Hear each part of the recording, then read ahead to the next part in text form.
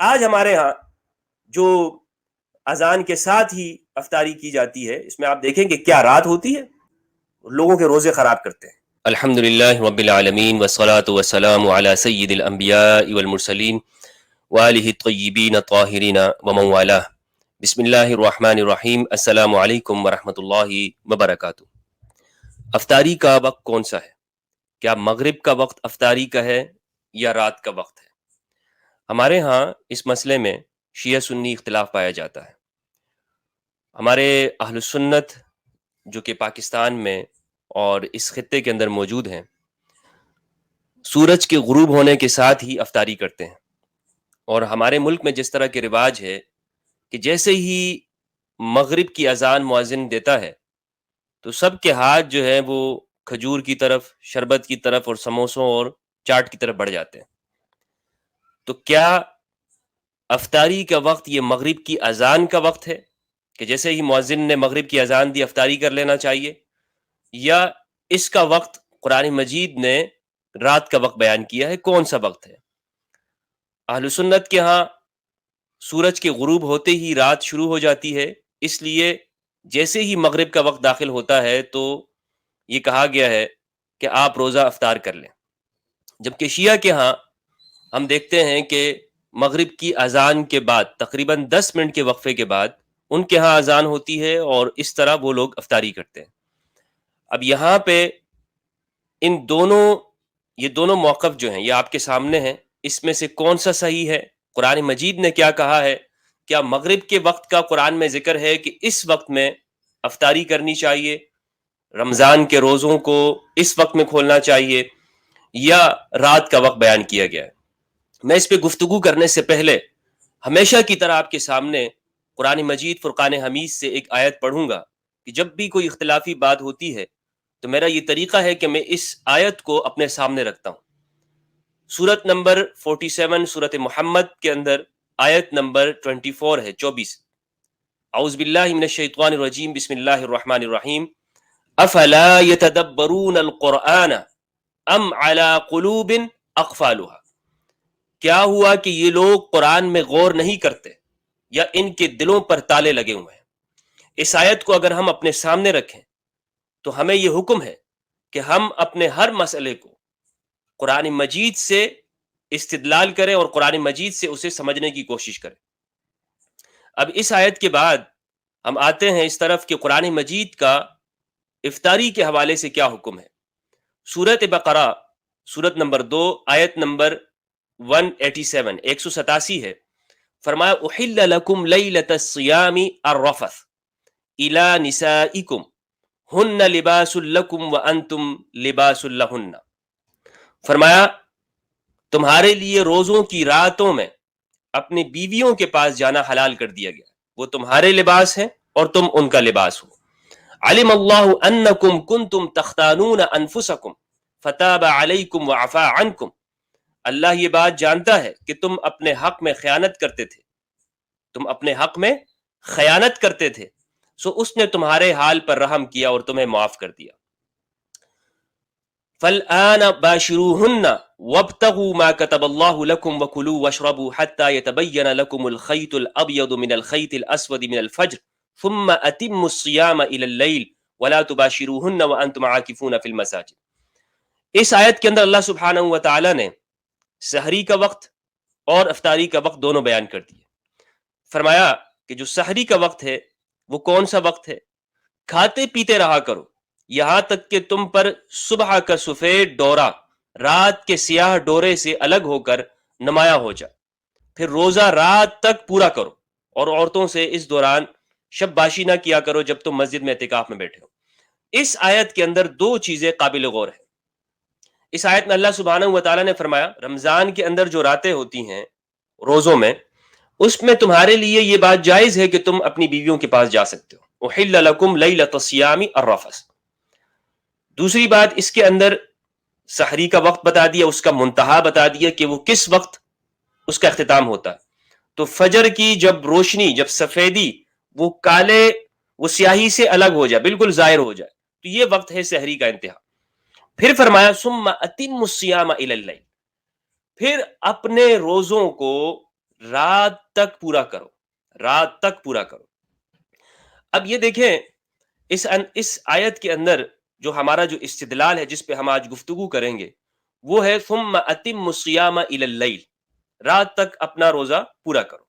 اہل سنت کے جو دلائل ہیں اس کے اندر، اہل سنت کے ہاں یہ ہے کہ رات کا وقت مغرب کی سورج کے غروب ہونے کے ساتھ شروع ہو جاتا ہے، اس لیے روزہ سحری سے لے کر مغرب کی یعنی سورج کے غروب ہونے کے وقت تک ہے۔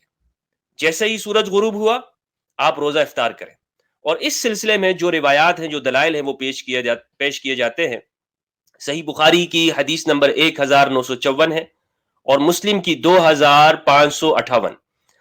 صحیح بخاری میں حضرت عمر رضی اللہ تعالیٰ عنہ سے روایت ہے، وہ فرماتے ہیں کہ رسول اللہ صلی اللہ علیہ وآلہ وسلم نے ارشاد فرمایا اذا اقبل اللیل من ها هنا وادبر النهار من ها هنا وغربت الشمس فقد افطر الصائم، کہ جب رات یہاں سے آ جائے اور دن یہاں سے چلا جائے اور سورج غروب ہو جائے، فقد افطر الصائم، تو اب روزے دار کو چاہیے کہ وہ افطاری کر لے۔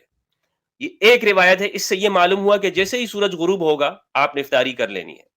دوسری روایت وہ بھی بخاری کے اندر ہے 1941 اور مسلم کی ہے 1101۔ عبداللہ بن ابی اوفا رضی اللہ تعالیٰ عنہ سے روایت ہے، وہ کہتے ہیں کہ ہم رسول اللہ صلی اللہ علیہ وآلہ وسلم کے ساتھ ایک سفر میں تھے۔ فلما غربت الشمس قال لبعض القوم، جب سورج غروب ہوا تو آپ نے کچھ افراد سے کہا یا فلان، اے فلان، قم فاجدح لنا ای اخلط السویق بالماء وحرکہ کی نشربہ، کہ جاؤ ستو کا پانی میرے لیے، ستو گھول کر وہ پانی میرے لیے لے آؤ، اس کا شربت میرے لیے آؤ۔ تو لوگوں نے عرض کیا یا رسول اللہ لو امسیتا، اگر آپ، ابھی تو سورج باقی ہے، ابھی تو سورج موجود ہے، ابھی تو آپ رات ہونے دیں، شام ہونے دیں۔ آپ نے پھر فرمایا انزل فاجدح لنا، جاؤ اور ہمارے لیے یہ شربت لے آؤ۔ تو اس نے پھر کہا ان علیک نہارا، اچھا پھر آپ نے فرمایا انزل فاجدح لنا، جاؤ شربت لے آؤ۔ تو اس نے عرض کیا یا رسول اللہ فلو امسیتا، تھوڑا سا آپ انتظار کر لیں، تھوڑا سا آپ انتظار کر لیں۔ رسول اللہ صلی اللہ علیہ وآلہ وسلم کو وہ آگے سے اس طرح کہہ رہے ہیں۔ تو آپ نے پھر فرمایا انزل فاجدح لنا، جاؤ اور وہ لے کر آؤ ہمارے لیے۔ قال ان علیک نہارا، اب اس نے اپنے الفاظ، راوی نے جو موجود تھے صحابی، اس نے اپنے الفاظ تبدیل کر دیے، اس نے کہا ان علیک نہارا، ابھی تو دن ہے، ابھی تو دن کا وقت ہے، ابھی تو رات نہیں ہوئی ہے۔ تو پھر آپ صلی اللہ علیہ وآلہ وسلم نے حکم دیا انزل فاجدح لنا، فنزل فجدح لهم فشرب النبی صلی اللہ علیہ وآلہ وسلم ثم قال اذا رأيتم اللیل قد اقبل من ها هنا فقد افطر الصائم۔ تو وہ دوبارہ گئے، وہ پھر گئے اور رسول اللہ صلی اللہ علیہ وآلہ وسلم کے لیے وہ شربت لے کر آئے۔ تو آپ صلی اللہ علیہ وآلہ وسلم نے جب اسے پیا، آپ نے فرمایا اذا رأيتم اللیل قد اقبل من ها هنا فقد افطر الصائم، کہ جب دیکھو تم کہ رات یہاں سے آ جائے تو اس وقت میں روزہ دار کو افطاری کر لینی چاہیے۔ اس حدیث کی شرح کے اندر ابن حجر عسقلانی رحمہ اللہ نے کہا ہے کہ اس حدیث سے معلوم ہوا کہ تعجیل فطر یعنی روزہ جلدی کھولنے کا استحباب معلوم ہوتا ہے، کہ جلدی کھولنا چاہیے۔ فتح الباری کے اندر انہوں نے لکھا ہے۔ اب یہ میں نے آپ کے سامنے اہل سنت کا جو موقف ہے وہ دو روایات میں نے آپ کے سامنے رکھ دی دیانت کے ساتھ، جس سے معلوم ہوتا ہے اس آیت سے ان روایات سے استدلال کرتے ہوئے اہل سنت یہ کہتے ہیں کہ افطاری کا وقت سورج کے غروب ہونے کے ساتھ ہے، اور یہی عرب کے اندر بولا جاتا ہے کہ جب سورج غروب ہو جائے تو وہ کہتے ہیں کہ رات داخل ہو گئی۔ ابھی سب یہی کہتے ہیں ہمارے ہاں اہل سنت اسکالر کہ رات کا جو پہلا حصہ ہے وہ مغرب کا وقت ہے، رات کا جو پہلا حصہ ہے وہ مغرب کا وقت ہے، اسی لیے اس ٹائم پر افطاری کر لینی چاہیے۔ لیکن اس روایت سے اگر آپ دیکھیں گے تو اس میں صحابہ کو رسول اللہ صلی اللہ علیہ وآلہ وسلم نے جب فرمایا کہ جاؤ افطاری کرنا چاہا آپ نے روزے کی حالت میں، تو انہوں نے سوال کیا، آپ نے بار بار ارشاد فرمایا تو وہ بار بار سوال کرتے رہے۔ وہ بھی یہ سمجھتے تھے کہ ابھی لیل جو کہ قرآن مجید میں ہے وہ داخل نہیں ہوا۔ اس روایت میں میرے نزدیک جو دوسری روایت ہے، پہلی روایت میں تو یہ استدلال درست، سورج غروب ہو گیا تو آپ افطاری کر لیں، لیکن یہ دوسری جو روایت ہے اس میں اگر رسول اللہ صلی اللہ علیہ وآلہ وسلم کے مقام نبوت کو ہم دیکھیں کہ رسول اللہ صلی اللہ علیہ وآلہ وسلم ایک حکم دے رہے ہیں اور پھر صحابہ جو بھی سامنے موجود ہیں وہ بار بار سوال کر رہے ہیں، اور پھر آپ صلی اللہ علیہ وآلہ وسلم نے ان کو جب تیسری اور چوتھی مرتبہ حکم دیا تو پھر جا کر انہوں نے اس کی تعمیل کی. اور اس میں صحابہ آپ صلی اللہ علیہ وآلہ وسلم کو گویا کہ ایک طرح سے بتا رہے ہیں کہ ابھی تو دن ہے، اور حالانکہ شارع آپ صلی اللہ علیہ وآلہ وسلم ہے. تو یہ روایت میرے نزدیک تھوڑی سی محل نظر ہے، لیکن اہل سنت کے ہاں بہرحال اس سے استدلال کیا جاتا ہے، اور یہ کہا جاتا ہے کہ مغرب کا جو وقت ہے اس سے یہی معلوم ہوتا ہے کہ قرآن مجید میں جو رات تک روزہ پورے کرنے کا کہا گیا ہے وہ یہی وقت ہے. اب ہم اس طرف آتے ہیں. میرا جو نقطہ نظر ہے اس حوالے سے کہ قرآن مجید کی اس آیت کو اگر ہم سمجھے ثم اتم الصیام الی اللیل، تو یہاں پر ہمیں رات کو سمجھنا ضروری ہے کہ رات کسے کہتے ہیں. قرآن مجید سے ہی ہم اسے سمجھتے ہیں کہ قرآن رات کسے کہتا ہے. سورۃ القصص سورت نمبر 28 28 آیت نمبر 71 71 ہے. اللہ سبحانہ و تعالیٰ نے ارشاد فرمایا قل ارأیتم ان جعل اللہ علیکم اللیل سرمدا الی یوم القیامہ من الہ غیر اللہ یأتیکم بضیاء افلا تسمعون. آپ فرما دیجئے اے حبیب، تم اتنا بتاؤ، لوگوں سے پوچھئے آپ، ارأیتم ان جعل اللہ علیکم اللیل، اگر اللہ تمہارے اوپر قیامت کے دن ہمیشہ سرمدن ہمیشہ رات طاری کر دے، قیامت کے دن، من الہ غیر اللہ یأتیکم بضیاء، تو کون ہے دوسرا الہ اور خدا کہ جو تمہارے لیے روشنی لے آئے. قرآن مجید کی اسی آیت سے معلوم ہوتا ہے کہ رات وہ ہوتی ہے کہ جس میں روشنی نہیں ہوتی، جس میں روشنی نہیں ہوتی اور اندھیرا ہی اندھیرا ہوتا ہے، انسان کو کچھ نظر نہیں آتا. تو اس وقت کو قرآن مجید کہہ رہا ہے کہ یہ رات ہے. پھر یہ جو آیت ہے ثم اتم الصیام الی اللیل، اس کے شروع کے اندر اللہ سبحانہ و تعالیٰ نے کیا ارشاد فرمایا احل لکم لیلۃ الصیام الرفث الی نسائکم، تمہارے لیے حلال کر دیا گیا ہے روزوں کی، رمضان کی راتوں کے اندر اپنی بیگمات کے پاس جانا. اب اس میں دیکھیں لیلۃ الصیام، رات کسے کہا کہ جس وقت میں شباشی کی جائے، کہ بیگم کے پاس جایا جائے. تو لیلۃ الصیام مغرب الصیام نہیں ہے. ایسا تو نہیں ہے نا کہ ہمارے ہاں جو مولانا صاحبان ہیں وہ یہاں پر منہ میں کھجور رکھنے کے بعد ہی وہ بیگمات کے پاس چلے جاتے ہیں کہ مغرب بھائی اب تو رات ہو گئی ہے لہٰذا یہ کام کرو، بلکہ رات کا انتظار کرتے ہیں. تو جو رات کا لفظ وہاں پہ آ رہا ہے وہی لفظ یہاں پر ہے ثم اتم الصیام الی اللیل، کہ رات تک اپنا روزہ پورا کرو، رات تک اپنا روزہ پورا کرو. اس سے معلوم ہوا کہ جو رات ہے وہ مغرب نہیں ہے، رات ہے وہ مغرب نہیں ہے. اس لیے یہ بات کہنا کہ جناب اب مغرب آ گئی ہے، اب رات شروع ہو گئی ہے، اس لیے جناب اپنا روزہ افطار کر لینا چاہیے. پھر یہاں پر اللہ سبحانہ و تعالیٰ نے بیان کیا اتم الصیام.